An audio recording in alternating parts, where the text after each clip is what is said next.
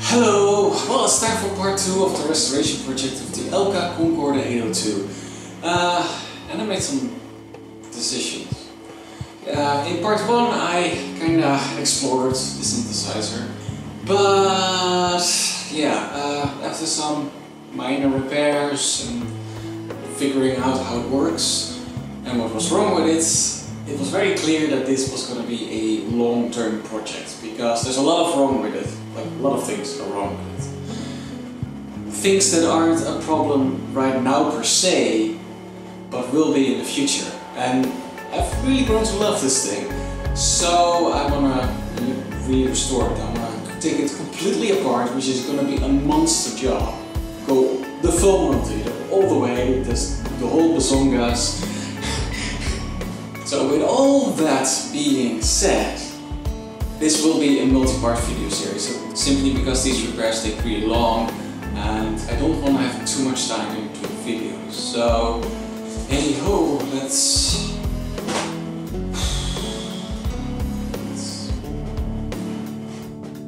Question. What is this? Look at this shit. Why is this on here? Oh. Yeah, I got it off actually.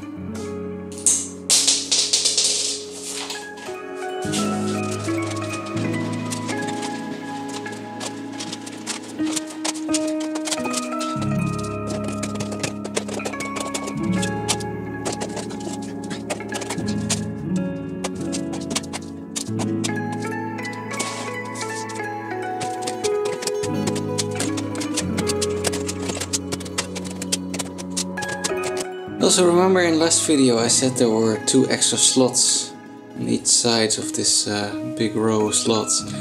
I think those are actually for the string synthesizer, since that one has the exact same board but has all the slots filled, which I saw in a video. It's the Elka Rhapsody 610, so yeah, that's pretty clever.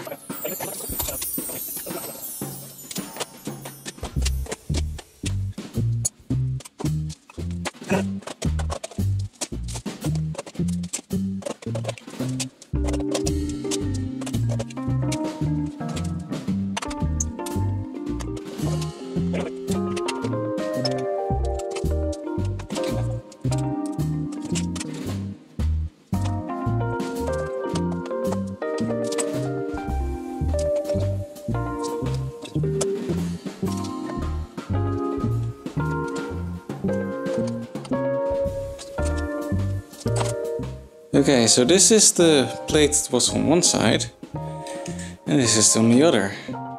Guess which one is the original? Yeah. So I might want to try and make another one of these aluminium plates, just so it's a little bit better.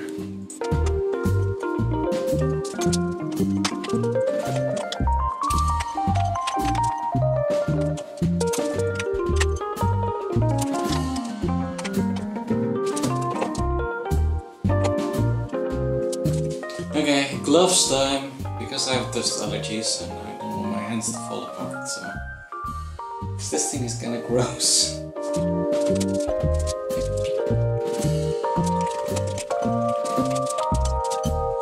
Okay, so this top assembly just comes off in one bit, and the cable connects to all the sliders on the left side, and it just comes off as a whole, so that's pretty easy.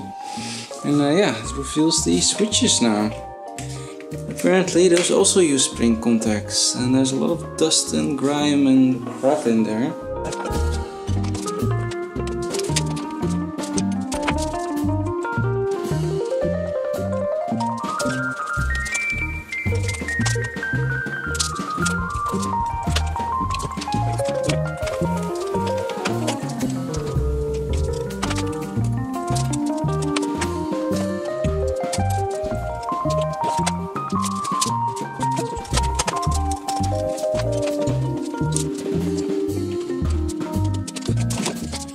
Whew, that was a lot of work, but yeah, there we go. Got all the front panel boards of it now. It's a bit of a mess now, but yeah, just sort things out. Just need to remove the treble keyboard over here.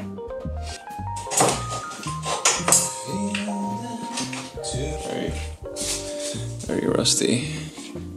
Look at all that. That's pretty bad.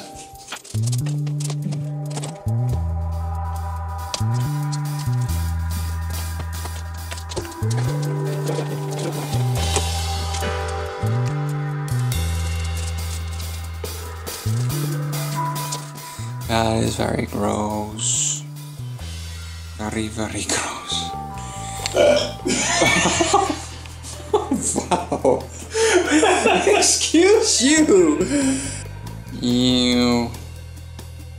Okay, I need to undo a couple of screws. And then these axles come right off.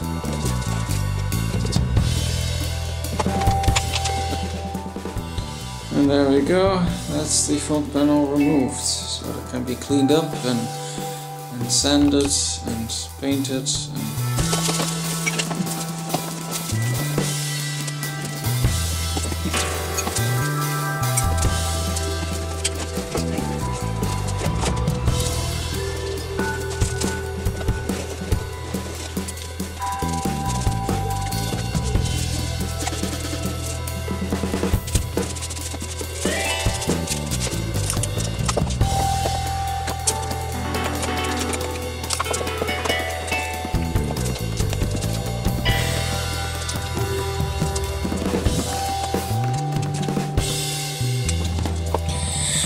Okay, so I made a little chemical mix of white vinegar and salt.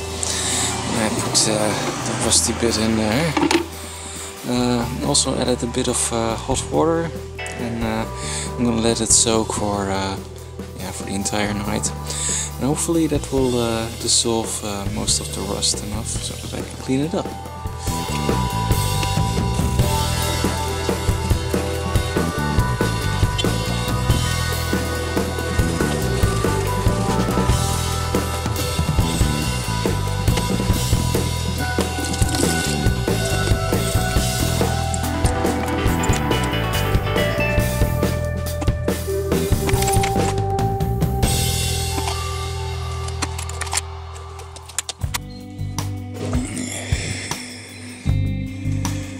Ugh, that's,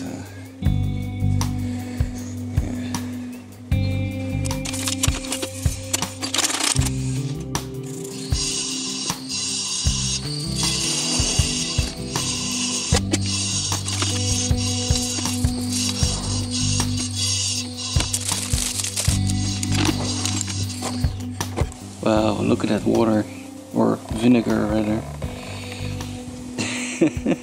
That used to be completely clear.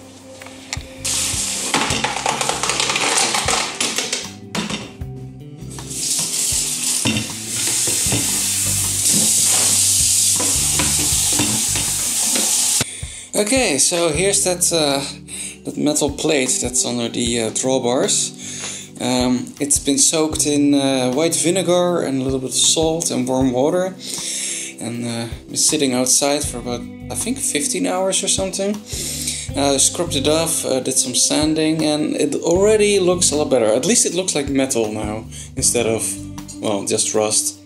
The underside is a lot better now. It's almost entirely rust free. There's some little tiny spots here and there, but nothing too bad. It's yeah, mostly just this corner still that's it's really pitted too. You can see how the rust ate away into it. So yeah, I'm gonna have to like really properly sand that. I kind of needed like a sander, like a machine, you know.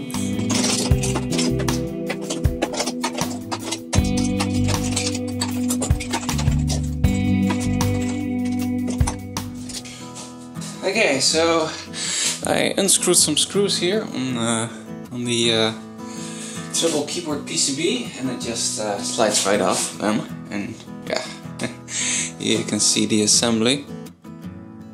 So that is super dirty. That's why I wanted to remove it. There's screws falling out too. which is kind of interesting. I wanna see some gross horror. Look at this shit. That's pretty gross, isn't it? You wanna see some really gross stuff? Because oh my god.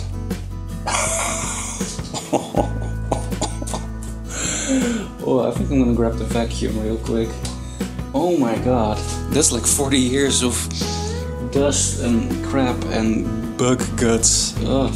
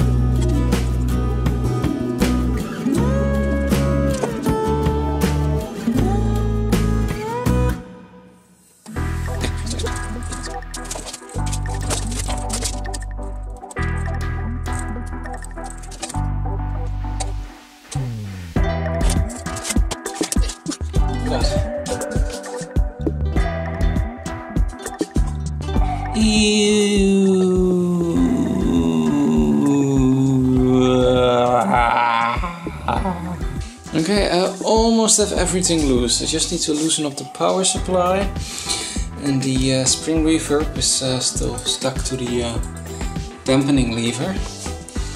And there's also the output connectors in the back there, and then everything should come out. Okay, so getting the power supply out wasn't easy, because this little plate is hooked behind the rim here. And since you need to move it upwards to pull it off all the little bolts, you have to use a screwdriver to slightly bend this plate past the rim. Then you can pull it out. It took me like 30 minutes to figure that out, because I couldn't see it. Well, anyways, power supply is loose now. So all that remains is to unscrew these jack plugs.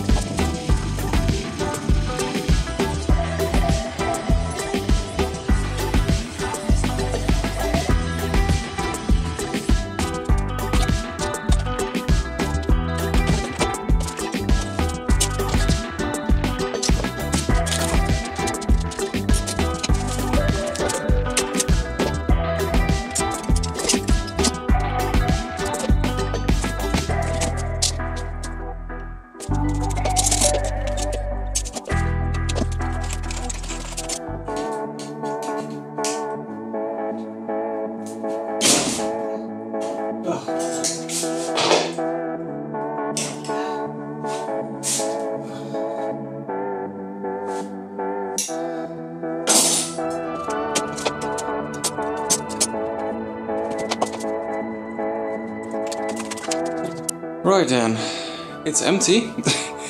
Don't ask me how I got all that in this cardboard box, but trust me, I'm a professional idiot.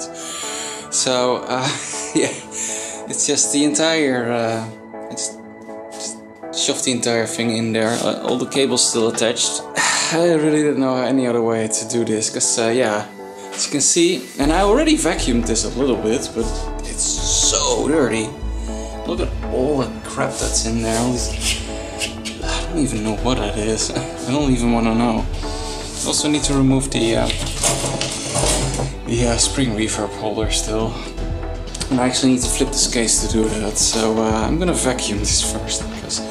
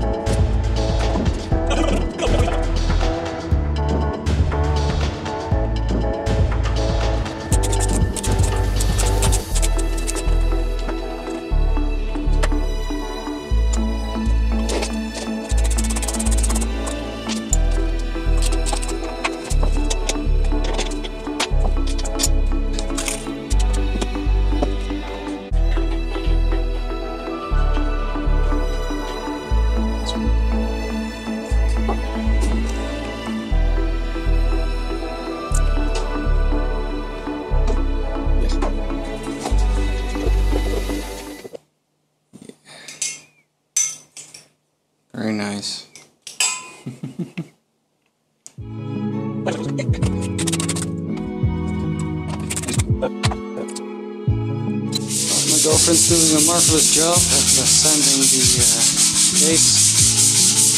Yeah, that's pretty grody. So once that's all cleaned up, yeah, you can get a new lick of paint in there. In the meantime, I tried cleaning up the metal parts as best as I could. Some parts are, yeah, they're just far gone.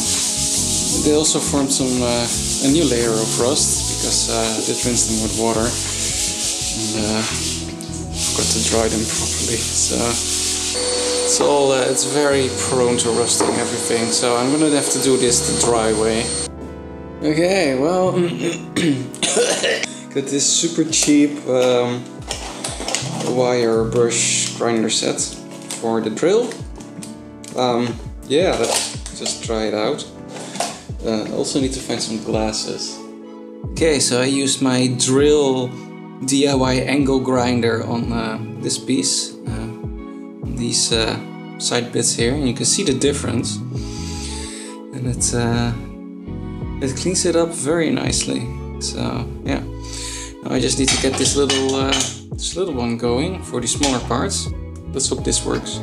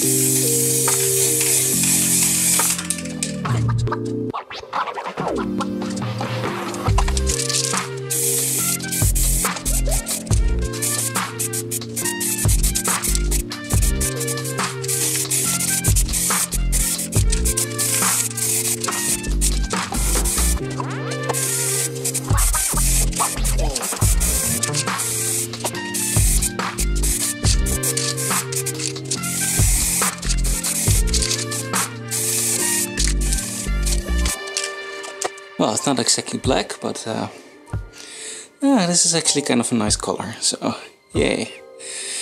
Well, that's the last piece.